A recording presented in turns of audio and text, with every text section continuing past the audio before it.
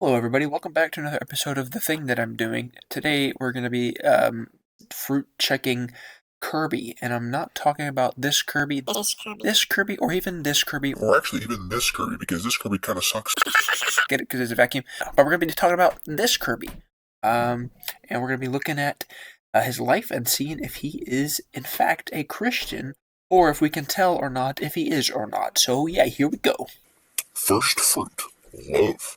I think Kirby loves things. He, I love things. I love my mom, but I also love pizza. So obviously there's, Not the same type of love. because that'd be weird and also bad if I loved pizza the same as I love someone in my family. But Kirby loves to eat. He likes to eat anything and everything. But he's not so in love with eating things that he forgets the main goal of what he's doing in life, which is, to save his friends and to stop evil. He goes out of his way to, help people, and he seems to love the little the little dudes, the waddle dees. So yeah, I think he's doing okay in this area. Second fruit, joy. Kirby's a pretty smiley guy. He seems like he's just full of joy. He's just a little ball of joy. A little joy ball, if you will. He's rarely not smiling. I don't ever see that dude when he isn't smiling. And if he is, then it's because he's like getting smacked. Which, fair enough. I'd also not be smiling if I'm getting hurt. He loves what he does.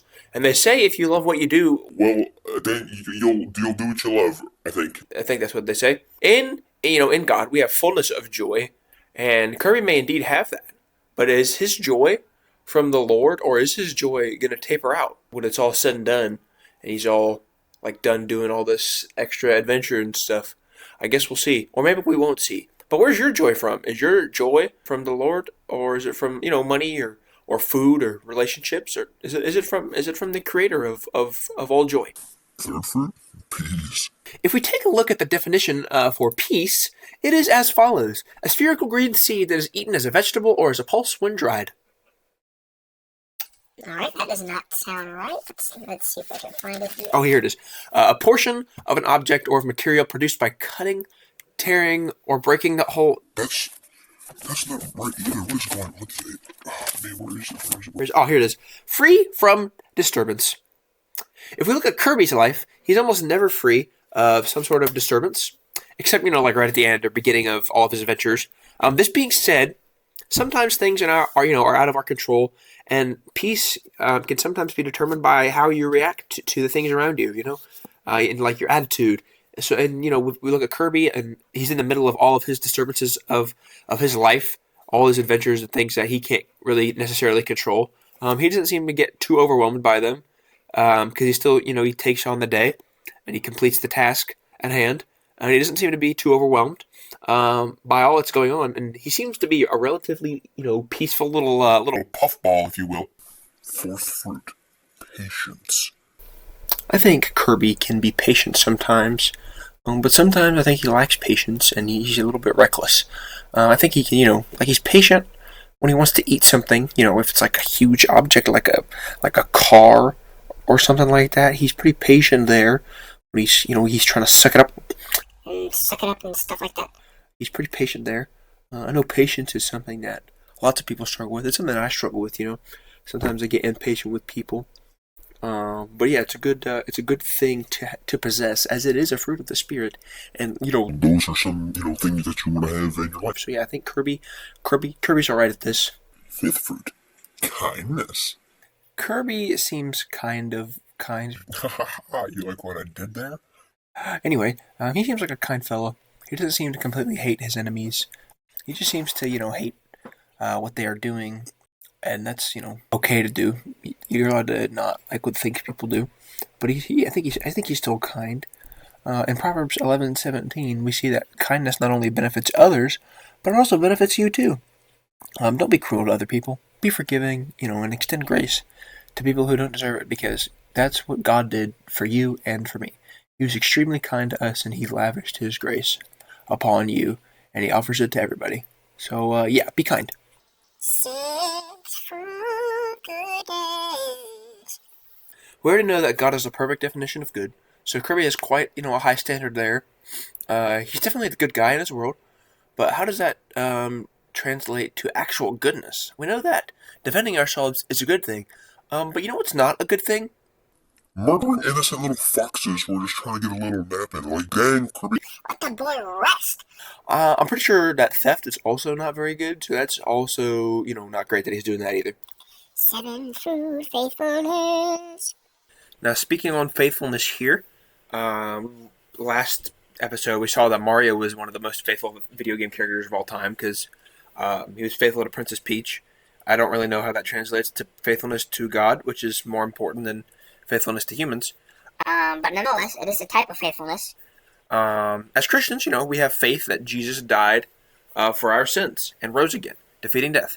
I've never seen Jesus with my eyes before, but I place my faith and trust in him, and I know he's real because of his word and his life life experiences. When we look at Kirby.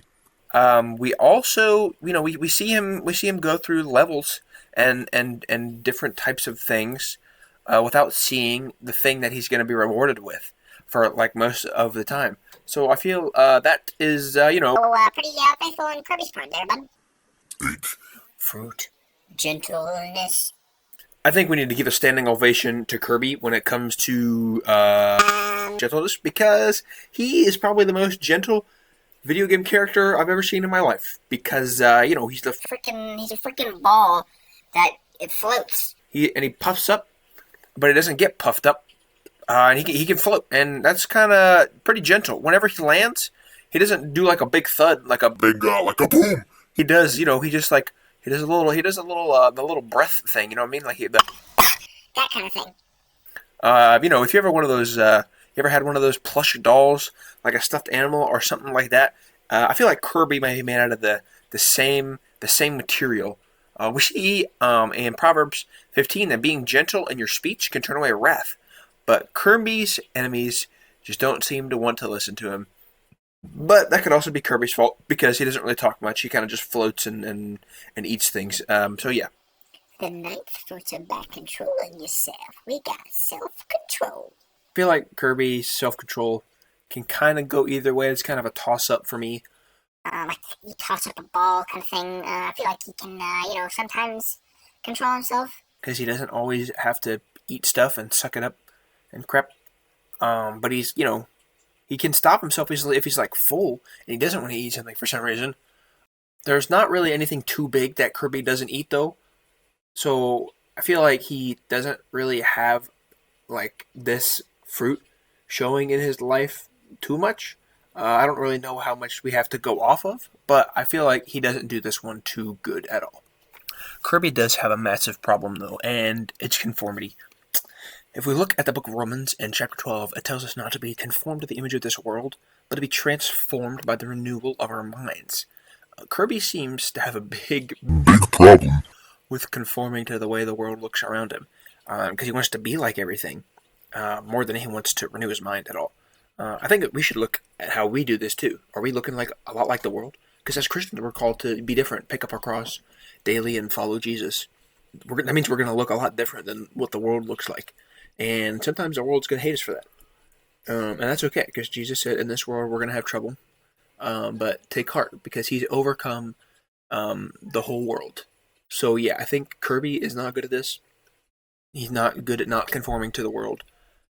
But yeah, we need to be more like Jesus and less like the world. So now that we've taken a look at Kirby's life and thoroughly, checked Checa it, de fruta. I'm going to give him a final score after averaging all of the scores up in my own little... Scoring head piece. And then, I'm going to let you know how the heck he did. So after doing tons of math, of course, here are all of his scores. Bam! Right there. You see him? Good. Okay, good. I hope I did that. I put all these numbers here because I think this is how Kirby has done with all these things. Now, the real question is he Christian? And the answer is... I have no idea. Because I don't know Kirby's heart. He probably has a small one because he's a small guy, but it's actually big in terms of its effectiveness. I don't know exactly if Kirby's Christian or not. Also, he's fake and made up, but you know what's not fake and made up these fruits and how they affect everyday life today. So as always, thank you for watching this comedic little video. These types of videos are meant not just to entertain you, I hope it did, but it's also meant for you to be able to look at your own life and take an inventory of how you're doing with all of these fruits as well. I know that in my life I have obviously some things to work on. There's like I can tell, but maybe you should ask God and pray to Him and ask Him what it is you need to work on in your life. So yeah, thank you so much for watching, and I'll see you guys in the next one.